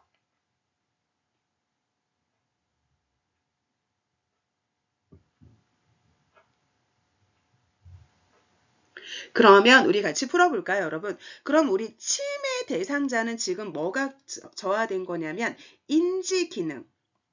이 인지 기능이 저하된 대상자잖아요. 그렇기 때문에 여러분 설명하고 이유를 물어봐도 몰라요. 그러니까 다른 사람에게 뭐 설명한다. 이게 물건을 만지면 안 된다고 설명한다. 그런 행동을 이유를 물어본다. 이거 소용없어요, 여러분. 왜냐하면 이렇게 인지 기능이 떨어졌기 때문에 그러는 거고요. 다음에 이 인지 기능이 떨어져서 그런 거지 일부러 그런 게 아닌데 지금 보상을 하게 하는 게 아니고요. 다음에 방에 혼자 머물게 하는 것도 아니고요. 그럼 이 인지 기능이 떨어졌기 때문에 우리가 인지 기능이 손상된 이후의 기억을 못하기 때문에 최근 기억, 방금 전의 기억을 못하시거든요. 그러니까 이 대상자의 주의를 환기시켜서 이 문제 행동이 일어난 그거를 잃어버리게 해주는 게 좋아요. 그렇기 때문에 바로 뭐냐면 이 대상자를 미술 프로그램에 참여시켜서 이 문제 행동을 하는 걸 잃어버리고 이 미술 프로그램에 이렇게 참여시키게 하면 이 문제 행동을 하지 않겠죠, 여러분? 그리고 만약에 미술 프로그램에 참여시킨다던가 아니면 어르신 우리 텃밭에 물을 줄까요? 어르신 좋아하는 노래를 부를까요? 어르신 가족 이야기 해주세요. 뭐 그래서 시집 올 때 얘기라던가 뇌가 손상되기 전에 옛날 이야기를 하게 하거나 해가지고 주의를 환기시키는 거거든요. 그러니까 65번의 답은 1번으로 보시면 되겠습니다. 다음은 66번 문제 풀어보도록 하겠습니다. 다음 상황에서 요양보호사가 적절하게 반응한 것은 대상자, 누가 날 재우려고 내 밥에 수면제를 넣어서 저리 치워 하고 얘기하고 있어요. 이럴 때 요양보호사의 반응으로 옳은 걸 물어보고 있습니다. 1번, 왜요? 식사만 하시면 잠이 와요? 2번, 그래요? 누가 넣었는지 보셨어요? 3번, 제가 먼저 먹어볼 테니까 같이 드세요. 4번, 계속 그러시면 앞으로 밥 안 드릴 거예요. 5번, 그럴 리가 없어요. 걱정 마시고 드세요. 여러분 한번 풀어보세요.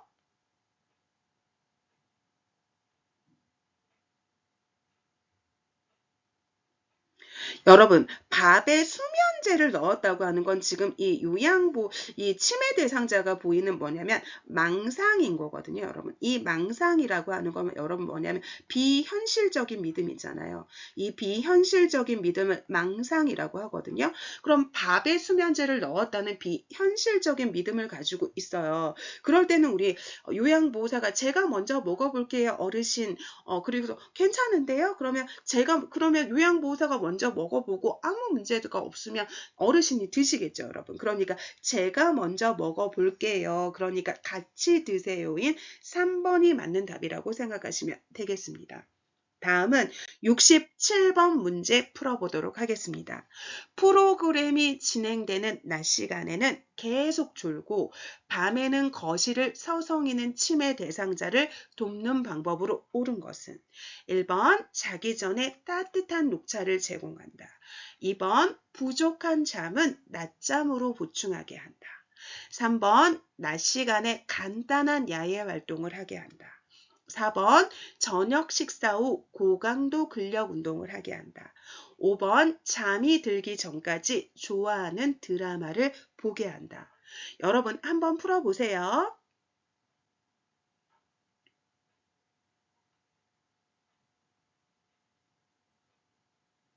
그러면 우리 같이 풀어볼까요, 여러분? 낮 시간에는 졸고 밤에는 거실을 서성이면서 잠을 안 잔대요. 그럼 여러분 자기 전에 따뜻한 우유를 제공하는 건 괜찮지만 녹차는 카페인이 들었잖아요. 그죠? 그럼 이 카페인이 들었으니까 안 되고요. 다음에 낮잠을 자면 저녁에 더 잠을 안 자실 테고요. 다음에 낮 시간에 활동을 하게 되면 몸이 피곤해서 저녁에 잘 수 있거든요. 그러니까 답은 3번이고요. 다음에 낮 시간에 운동을 하는 건 괜찮은데 고강도 운동이 아니라 운동을 하게 하는 건 괜찮은 거고요.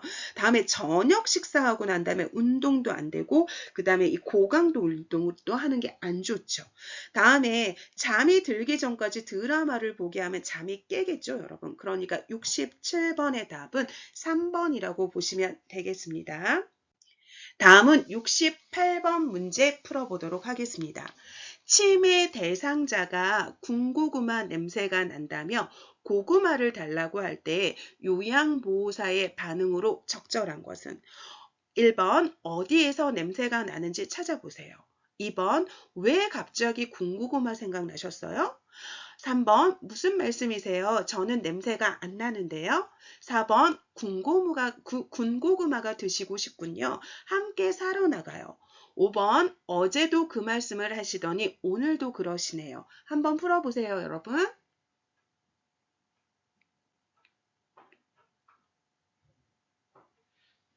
그러면 우리 같이 풀어볼까요, 여러분? 치매 대상자가 군고구마가 냄새가 난다면서 군고구마를 달라고 할 때 일단 이 대상자의 이 감정은 읽어줘야 되는 거거든요, 여러분. 이 감정은 읽어줘야 돼요. 그러니까 군고구마 냄새가 난다는 건 군고구마 드시고 싶으시군요. 어르신하고 이 감정은 읽어줘야 되는 거고요.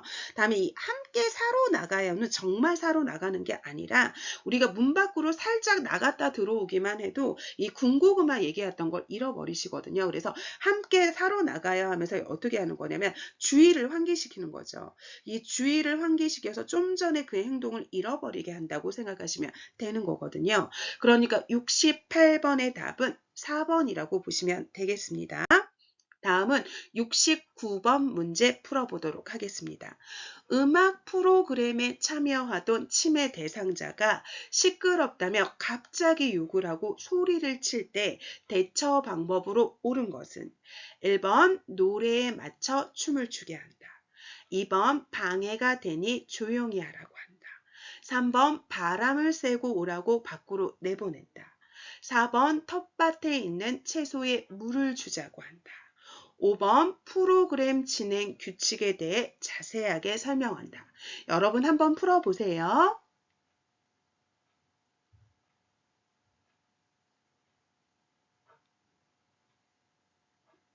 그러면 우리 같이 풀어볼까요? 치매 대상자는 아까 제가 인지 기능이 떨어졌다 그랬잖아요. 지금 인지 기능이 떨어진 대상자이기 때문에 설명해봤자 소용이 없어요.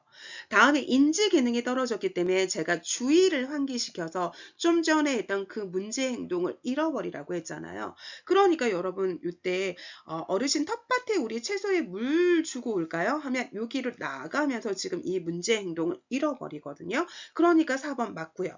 다음에 지금 대상자가 지금 음악 프로그램이 시끄럽다고 하는데 이 노래에 맞춰서 춤을 추게 하는 건 안 되는 거고요. 다음에 조용히 하라고 얘기해도 인지 기능이 떨어졌기 때문에 이걸 이해하지 못하고요.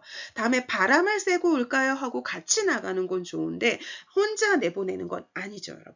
그러니까 답은 주의를 환기시켜서 좀 전에 그 문제 행동을 잃어버리게 하는 거니까 우리 4번이 답이라고 생각하시면 되겠습니다. 다음은 우리 70번 문제 풀어보도록 하겠습니다. 경증 치매 대상자가 인지 자극을 위해 다음과 같은 질문을 할 때 향상될 수 있는 것은 조금 전에 누가 다녀가셨나요? 오늘은 몇 시에 일어나셨나요? 아침 식사로 무엇을 드셨어요?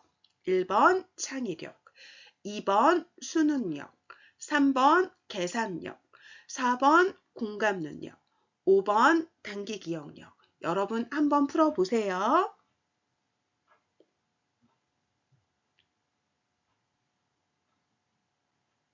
그러면 우리 한번 풀어볼까요, 여러분? 조금 전에, 다음에 오늘 몇 시, 아침 식사. 그럼 조금 전, 오늘 몇 시, 오늘 아침이니까 바로 뭐냐면 단기 기억력을 향상시키는 건 답은 5번이고요. 다음에 지금 누가 다녀가셨는지 물어보고 이런 건 창의력이 아니고요. 다음에 수능하는 것도 아니고 계산은 더하기 빼기니까 안 되고, 다음에 마음을 읽어준 게 아니잖아요. 조금 전, 오늘 몇 시, 오늘 아침 해가지고 이 단기 기억력을 향상시키는 거라고 생각하시면 됩니다. 다음은 우리 71번 문제 풀어보도록 하겠습니다. 치매 대상자가 해질녘 무렵만 되면 현관문을 흔들며 집에 가겠다고 할 때 대처 방법으로 옳은 것은 1번 침대에 눕힌 후 조명을 꺼준다. 2번 오늘은 늦었으니 내일 가자고 한다. 3번 가족과의 추억에 대해 이야기한다. 4번 시설장의 허락을 받아야 한다고 말한다. 5번 현관문이 부서질 수 있다고 주의를 준다. 여러분 한번 풀어보세요.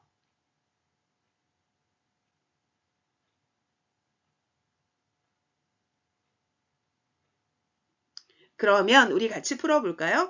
치매 대상자가 해질녘이 됐을 때 증상이 안 좋아지는 걸 우리 뭐라고 하는 거냐면 석양증후군이라고 하죠. 석양증후군이라고 얘기를 하잖아요. 그럼 이건 뭐냐면 해질녘이 돼서 밤이 돼서 무서워서 그렇다고 우리가 생각하시면 되거든요. 그럼 여러분들이 혼자 무서울 때 불부터 켜잖아요. 그러니까 조명을 꺼주면 안 되고요. 다음에 인지 기능이 떨어진 내상자한테 오늘 늦었으니 내일 가자고 얘기해도 몰라요. 다음에 시설장의 허락을 받아야 된다고 얘기해도 인지 기능이 떨어졌기 때문에 얘를 이해하지 못하고요. 주의를 줘도 인지 기능이 떨어졌으니까 모릅니다. 그럼 이렇게 문제 행동을 보일 때 제가 이 주의를 환기시켜서 좀 전에 있던 그 문제 행동을 잃어버리게 하는 게 좋다고 그랬잖아요. 그럼 예전에 가족과의 추억의 이야기라고 하는 건 내가 손상되기 전의 기억을 하시기 때문에 예전 옛날 이야기 해달라고 하면서 주의를 환기시켜서 지금 하는 문제 행동을 잃어버리게 하는 건 좋은 거거든요. 그러니까 71번의 답은 3번이라고 보시면 되겠습니다. 다음은 72번 문제 풀어보도록 하겠습니다. 대상자와 비언어적으로 의사소통하는 방법으로 옳은 것은 1번 팔짱을 끼고 말한다. 2번 대상자보다 눈높이를 낮춘다. 3번 잦은 헛기침을 하며 반응한다. 4번 대화하는 내내 머리를 끄덕인다. 5번 대상자를 향해 몸을 약간 기울인다. 여러분 한번 풀어보세요.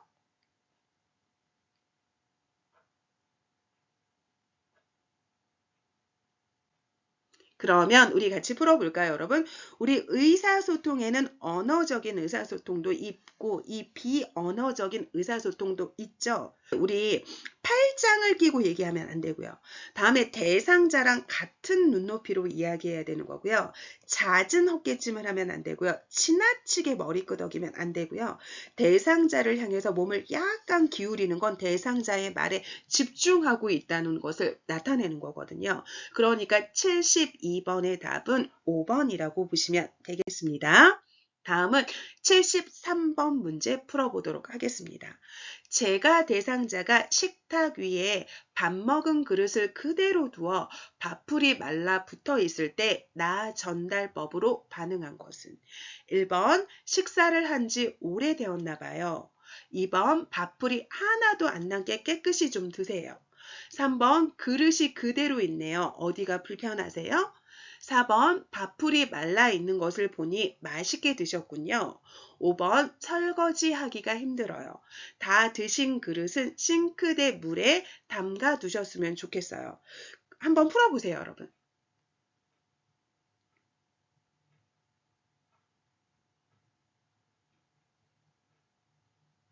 그러면 우리 같이 풀어볼까요?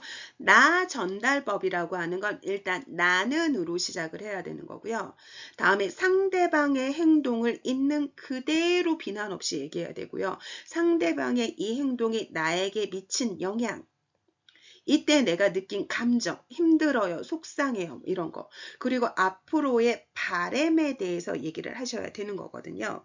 그럼 이럴 때 어떻게 해야 되는 거냐면, 저는 어르신이 밥을 먹고 그릇을 물에 안 담그고 그대로 둬서 밥풀이 말라붙어서 설거지하기 힘들어요.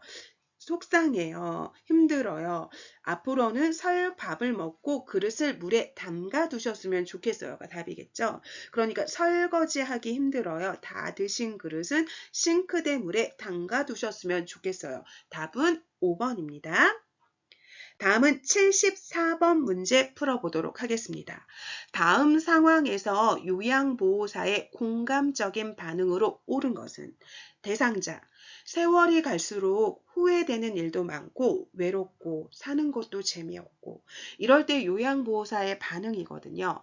1번 우울증이신 것 같아요.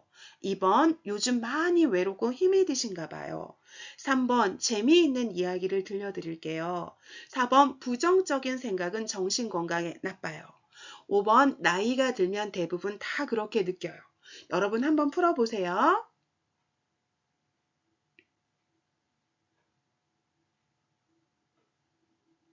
그러면 우리 같이 풀어볼까요? 공감적인 반응이라고 하는 건 바로 뭐냐면 상대방의 마음을 읽어주는 거예요. 이 상대방의 마음을 읽어주는 거거든요. 마음을 읽어주는 거예요. 그러면 세월이 갈수록 후회되는 일도 많고 외롭고 사는 것도 재미없고 그러면 많이 힘드신가 봐요. 뭐 이런 거잖아요. 많이 힘드신가 봐요. 그러니까 요즘 많이 외롭고 힘드신가 봐요 하고 그 사람의 마음을 읽어주는 게 답이거든요. 그러니까 답은 2번이라고 보시면 되겠습니다. 공감은 그 사람의 마음을 읽어주는 거예요. 힘드시군요. 외롭군요. 많이 속상하시군요. 이런 마음을 읽어주는 거거든요. 다음은 75번 문제 풀어보도록 하겠습니다. 의사소통할 때 라포가 형성되었다고 볼 수 있는 대상자의 반응은 1번 눈 마주치기를 피한다. 2번 시선을 한 곳에 고정한다. 3번 손으로 입을 가리고 말한다. 4번 무슨 일이라도 털어놓고 말한다. 5번 마음에 들지 않으면 슬쩍 넘어가 피한다. 여러분 한번 풀어보세요.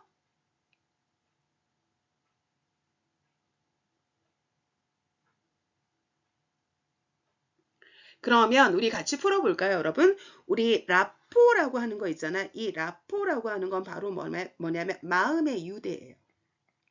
지금 이 마음의 유대라고 얘기하는 거고 이거는 지금 유대거든요. 그래서 이거는 마음이 연결됐다는 거예요. 여러분. 마음이 연결된 걸 우리 뭐라고 하는 거냐면 라포라고 하거든요.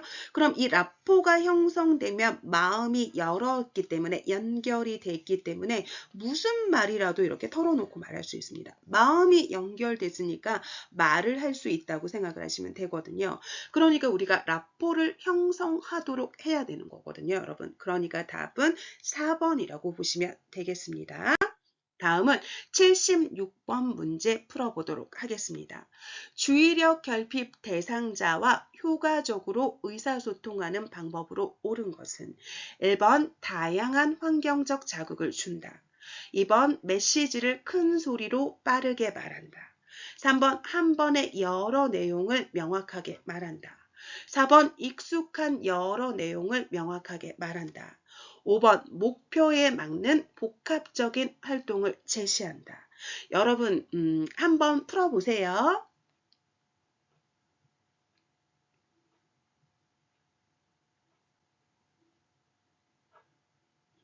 그러면 우리 같이 풀어볼까요, 여러분?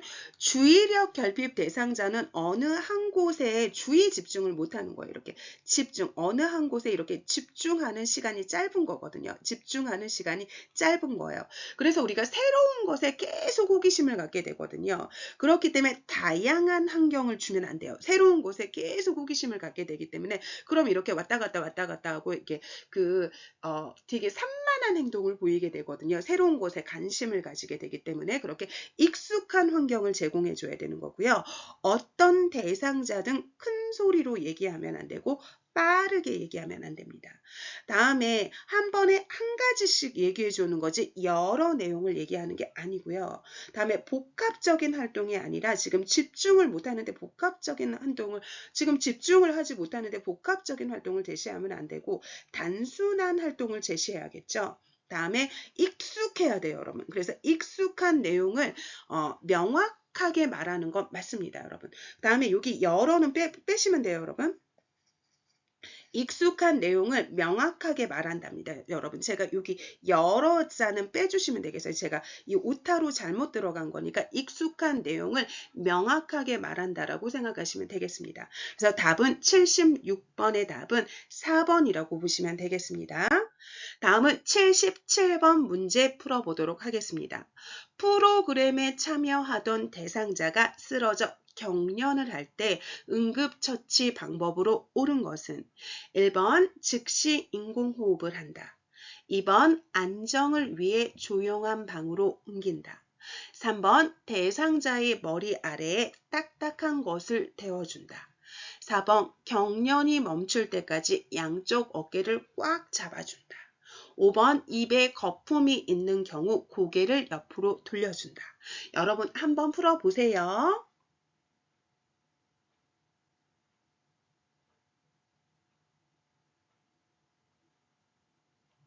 그러면 우리 같이 풀어볼까요? 경련을 할 때 응급처치는 경련을 하는데 지금 경련할 때는 이 대상자가 주변에 위험한 것을 치워주고 그리고 경련이 멈출 때까지 기다려주는 거지 인공호흡하는 거 아니고요. 다음에 대상자가 만약에 앉아서 경련을 하면 눕혀줄 수는 있지만 대상자를 옮기는 게 아니라 주변에 위험한 것만 치워주면 되는 거고요. 대상자 머리 아래 딱딱한 것을 대어주면 머리가 다치겠죠. 그러니까 머리 아래 부드러운 것을 대어주는 거고요. 다음에 경련할 때 대상자를 잡아주거나 마사지를 하면 안 됩니다. 골절의 우려서가 있어서 안 되고요. 다음에 이 대상자가 입에 거품이 있을 땐 이 분비물을 배출하도록 해야 되는 거거든요. 이 분비물을 배출하도록 해가지고 기도가 유지되도록 해야 돼요. 기도가 유지되고 기도가 개방이 되도록 해야 되거든요. 그러니까 분비물이 배출하도록 고개를 옆으로 돌려주는 것 맞는 거죠. 그러니까 77번의 답은 5번입니다. 다음은 78번 문제 풀어보도록 하겠습니다.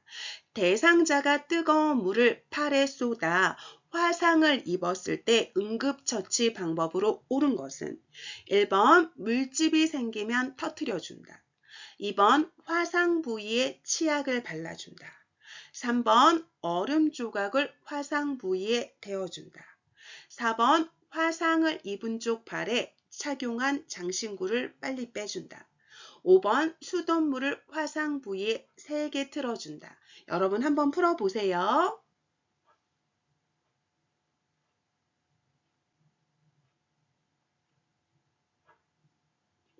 그러면 우리 같이 풀어볼까요, 여러분? 화상을 입었을 때는 이 화기를 빼줘야 되잖아요. 그러니까 이 화기를 빼주기 위해서 우리가 찬물에 담가야 되는 거거든요. 찬물에 담그는 거고요. 다음에 이때 물집이 생기면 터뜨려주면 안 되죠. 그러면 터뜨려주면 여기에 병원체가 들어가가지고 감염의 우려가 있기 때문에 터뜨려주는 거 아니고요. 다음에 이 화상 부위에 치약이라던가 뭐 바세린이라던가 아니면 뭐 술이라던가 간장이라던가 이런 걸 발라주면 화기를 이렇게 머금게 하고 있기 때문에 우리가 화기를 빼주기 위해선 찬물에 담그는 거지 치약 같은 거 발라주는 거 아니고요. 다음에 찬물에 담그는 거지 얼음 조각을 화상 부위에 대면 피부가 오히려 손상될 수 있고요. 다음에 우리가 화상이든 동상이든 이렇게 피부가 부어오르거든요. 그럼 부어오르기 전에 이 장신구를 빨리 빼줘야 되는 거 맞아요, 여러분. 그래서 부종이 오기 전에 장신구 제거하는 거고요. 다음에 찬물에 담그는 거지 지금 수돗물을 세게 틀어놓으면 이 피부가 이 압력에 의해서 이게 수돗물이 내려오는 압력이 있잖아요. 그럼 오히려 피부가 손상될 수 있거든요. 그러니까 찬물에 담그는 겁니다, 여러분. 그러니까 78번의 답은 4번입니다. 다음은 79번 문제 풀어보도록 하겠습니다. 자동 심장 충격기를 사용할 때 가슴 압박을 반드시 중단해야 되는 경우로 물어보고 있습니다, 여러분. 그럼 이럴 때 1번 자동 심장 충격기의 전원을 켤 때, 2번 자동 심장 충격기의 패드를 부착할 때, 3번 자동 심장 충격기의 심장 리듬을 분석할 때, 4번 자동 심장 충격기의 에너지를 충전하는 동안, 5번 자동 심장 충격기의 쇼크 버튼을 누른 후 2분 동안. 그러면 여러분 한번 풀어보세요.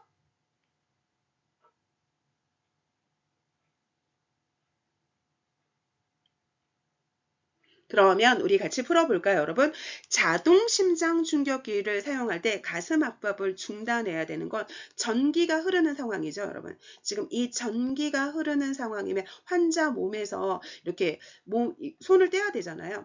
그럼 이 전기가 흐르는 상황은 딱 두 가지거든요, 여러분. 첫 번째는 바로 뭐냐면 우리가 심장 리듬을 분석할 때, 이 심장 리듬을 분석할 때는 약한 전류가 흐르고 있기 때문에 심장 리듬이 분석하는 거니까 이때 물러나 주세요. 물러나 주세요 하면서 이 손을 떼야 되는 거고요. 다음에 두 번째는 바로 뭐냐면 제세동 버튼을 누르기 전에 이 제세동 버튼을 누르기 전에 이 누르기 전에 물러나 주세요, 물러나 주세요 하고 그리고 난 다음에 나도 손을 떼고 제세동 버튼을 눌러야겠죠. 왜냐하면 제세동 버튼을 누른 순간 아주 강력한 전기가 가는 거잖아요.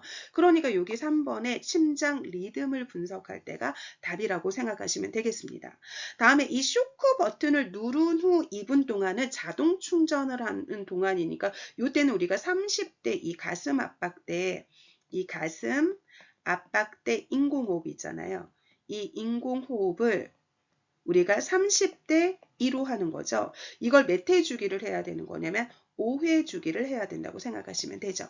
그러니까 79번의 답은 3번이라고 고르시면 되겠습니다. 다음은 80번 문제 풀어보도록 하겠습니다. 대상자가 한꺼번에 많은 약을 먹은 후 의식을 잃고 쓰러져 있을 때 대처 방법으로 옳은 것은 1번 하임리법을 적용한다. 2번 즉시 우유를 데워 먹인다. 3번 토사물은 의료진에게 보이기 위해 병원에 가져간다. 4번 입안에 손가락을 넣어 삼킨 후 약을 구토하게 한다. 5번 주변에 있는 먹고 남은 약과 용기를 치운다. 여러분 한번 풀어보세요.